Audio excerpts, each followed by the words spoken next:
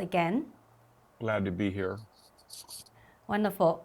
Well, we're here a day before Election Day. I think they're going to get somewhere between 52 and 54 seats, and somewhere between 35 and 40, or maybe even more House seats, which will be even more dramatic than the big 63-seat gain they got in 2010 because they had such a narrow margin. I mean, they were down and they had to make up the difference first and then the additional seats to give them majority. This time they only have 7 or 8 seats to make up. So they're going to end up with, 60 more votes. They'll take away, I think, 30 and add that to their column. You mean after they make it up and then will Yes. gain more? Yeah. I think they'll have more House members than they did in 2010 when they came from way back. So the net result will be analogous to 2010. Even though they won't pick up as many seats, they'll end up with the same overwhelming majority in the House. Then would you categorize this as a red wave or red tsunami, as some people are saying? Yeah, it's hard to know. Everybody tries to hedge. The problem is that in the Senate, they had so many more seats to protect of the 33 that were up. And yet what's nobody can quite figure out is most pre-election forecasts said they would not take the Senate. Even Mitch McConnell, the Senate minority leader on the Republican side, didn't think they would. And so they have, in order to take the Senate, they've got to not only defend their own Senate seats, some of which, like Pennsylvania or Wisconsin, are in purple states, but they have to win states that Trump lost, and that's, like Arizona and Georgia.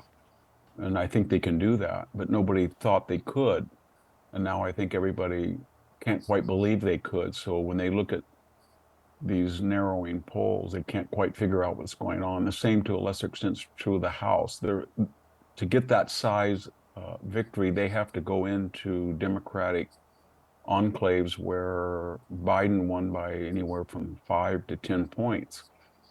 And the result is that you can't measure the consequences of the election just on the number of seats in the Senate or House, but on the number of seats that they're going to take away in blue areas, and that's partly a result of gerrymandering that made it more difficult in some cases for the Republicans, and the fact that they were almost equal anyway. They were equal in the Senate, and they were equal almost in the House, just 7 seats down.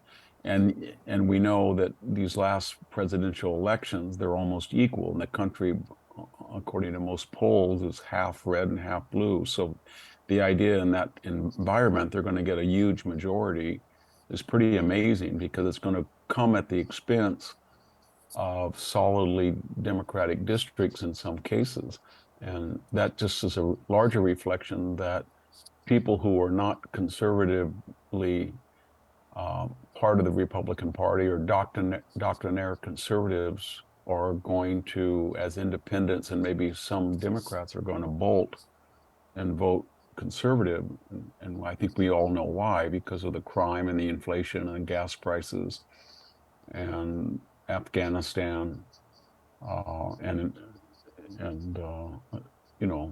the border especially. So it's going to be a very interesting evening, but I don't think the tsunami or wipeout or wave, whatever we call it, can be calibrated just in terms of the number of seats they take. It'll be large, but it's more importantly that they started evenly, and yet they're going to get a lead that's bigger than they should, because they're going into Democratic and liberal districts. And there's races that are up for grabs, like the Oregon governorship or the Arizona governorship or the New York governorship, that also are pretty emphatically a rejection of leftism, but yet they're not going to show up in the House and Senate. So what are the Senate seats you think is very hopeful it's going to turn red? Well, the ones that I think there's some that are already determined that the left said could not happen. So J.D. Vance, I think, is elected. They can't stop that now. And Ohio always votes in the last 2 or 3 elections more conservatively than the polls suggest. And he's got somewhere between a 5 and 10 point advantage. So I think that's pretty much done for. I think Ron Johnson is reelected. Marco Rubio is reelected. Where we're gonna, and I think Adam Laxalt will win in Nevada, but where they're going to be really tough races are in New Hampshire and Washington, and we'll see what happens there. But I think there's a 40 to 50% chance he could win those two. How about Pennsylvania and Yeah, Georgia? I think Oz will win that, and that Pennsylvania is another state that traditionally is underrepresented in the polls by about 1 to 2%. And therefore, if you go to somewhere like Real Clear Politics, they'll show the majority of polls that reflect it's either even or Fetterman has a small lead, but then they will adjust it to the historic exaggeration of liberal or left-wing polling. And when you adjust it, it looks like Oz has a 1 or 2%. I think it's a little bit more than that. And so I think that'll go Republican. I think Herschel Walker, I think the mystery there is whether he can get 50%, 51% and avoid a runoff. And remember last time, Senator Perdue came within just a fraction, just a few thousand votes of winning that race in the regular November ballot. And then he didn't quite get a majority. And then once that happens, the left just fixates because they have greater resources and money, and because Trump had lost the presidency. They picked up both seats because it was both Loeffler and Perdue didn't get the majority, even though Perdue had clearly beat him in the regular election. He lost in the runoff. So if Herschel Walker does not win a majority, that's something to watch, because the left, because I think they're going to have a rebuke pretty big. They're going to just pour every amount of money, attention, media bias to that race, and he'll have a harder time winning the second time around than he would if he can just get a little bit, just over the top in 51%. A lot of those Republican candidates, like J.D. Vance, Herschel Walker, they are all just first-time runner. They are not in politics. Yeah. So how do you see?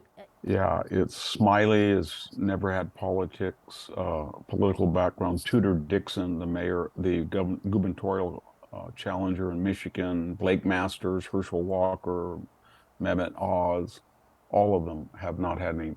That's problematic. I mean, it shows you that people are very dissatisfied with the status quo. But more importantly, it's going to be problematic for the Republicans because Mitch McConnell, who just 6 weeks earlier had said that these candidates were not competitive, and that had echoed what the Democrats had thought, because the Democrats, remember, poured money into them, hoping that they would win because they didn't think they'd be competitive. And so both parties kind of agreed the fact that these were bad candidates, when if you had been empirical and you looked at Oz and you looked at Masters, for example, they are competitive, and Laxalt, they're very good candidates. They're much better than the opposition in terms of just the disinterested evaluation of their communication skill, their knowledge of the electorate, and their energy level. But so if they get elected, and I think that most of them will, it's going to be problematic for the Republicans, because Mitch McConnell now is desperately at the 11th hour using his own private war chest, that Senate conservative PAC, to pour money, not to Blake Masters, because he doesn't want to help anybody that's so closely tied with Trump, but he's trying to pour money into the Vance race or the New Hampshire or Georgia. And I think part of the reason he is at this late date is he thinks they can win. And before he didn't want to waste the money, and now he thinks they can win. And more importantly, if they win, he wants them to be beholden to him, because there's going to be a lot of talk, anger at him, and for his earlier reluctance, and other things as well, about whether at his age he should be the Senate Majority Leader. But I think if they do win, and if he can claim credit, he thinks he can survive any challenge in January. So do you think that means some changes going to happen in the Republican Party? Yeah, I think so. I think it means that there's certain issues in the Republican Party that are now dead, and the old Republican Bush, John McCain, Mitt Romney view that the border should be fluid, that employers need cheap labor, that you just give a series of amnesty, you go along under this quote unquote comprehensive immigration, where you amnesty illegal immigration every few years. That's out now. There won't be any Republican that can embrace that position. There isn't now, but this will confirm it. And then I don't think there's going to be a Lisa Murkowski or Susan Collins idea that you're going to reach out to the Democrats because of what they've done in this campaign. I think most people, when they look at it and they see all of the slanders that a Republican victory will destroy democracy, that these people are Nazis or they're insurrectionists, I think this group will come in and will energize the already sort of MAGA group like Rand Paul and others, and they're going to say, you know what, we're going to exercise a lot more aggressive legislation, and we're going to have a lot more investigations than the Republicans under Mitch McConnell would have otherwise done. And I think that's partly why the Democrats are studied right now. I've never seen them like this. I think they're thinking, well, if we had been slandered and smeared like we smeared the Republicans, if they had done that to us, and if we got control of the Senate and we got control of the House like they're going to do, then we would go after them with a myriad of investigations. And therefore, we're afraid that they would do what we would do if we were in their position. And so they're terrified that the Biden family will come under investigation. They're terrified about the laptop investigation. They're terrified about looking into the May to August 2020 riots. They're scared to death to look at the Merrick Garland's DOJ or the FBI's weaponization.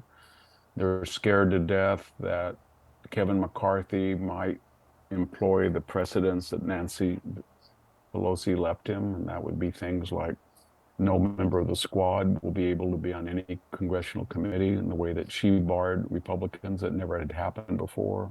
The selections from their party leader she rejected.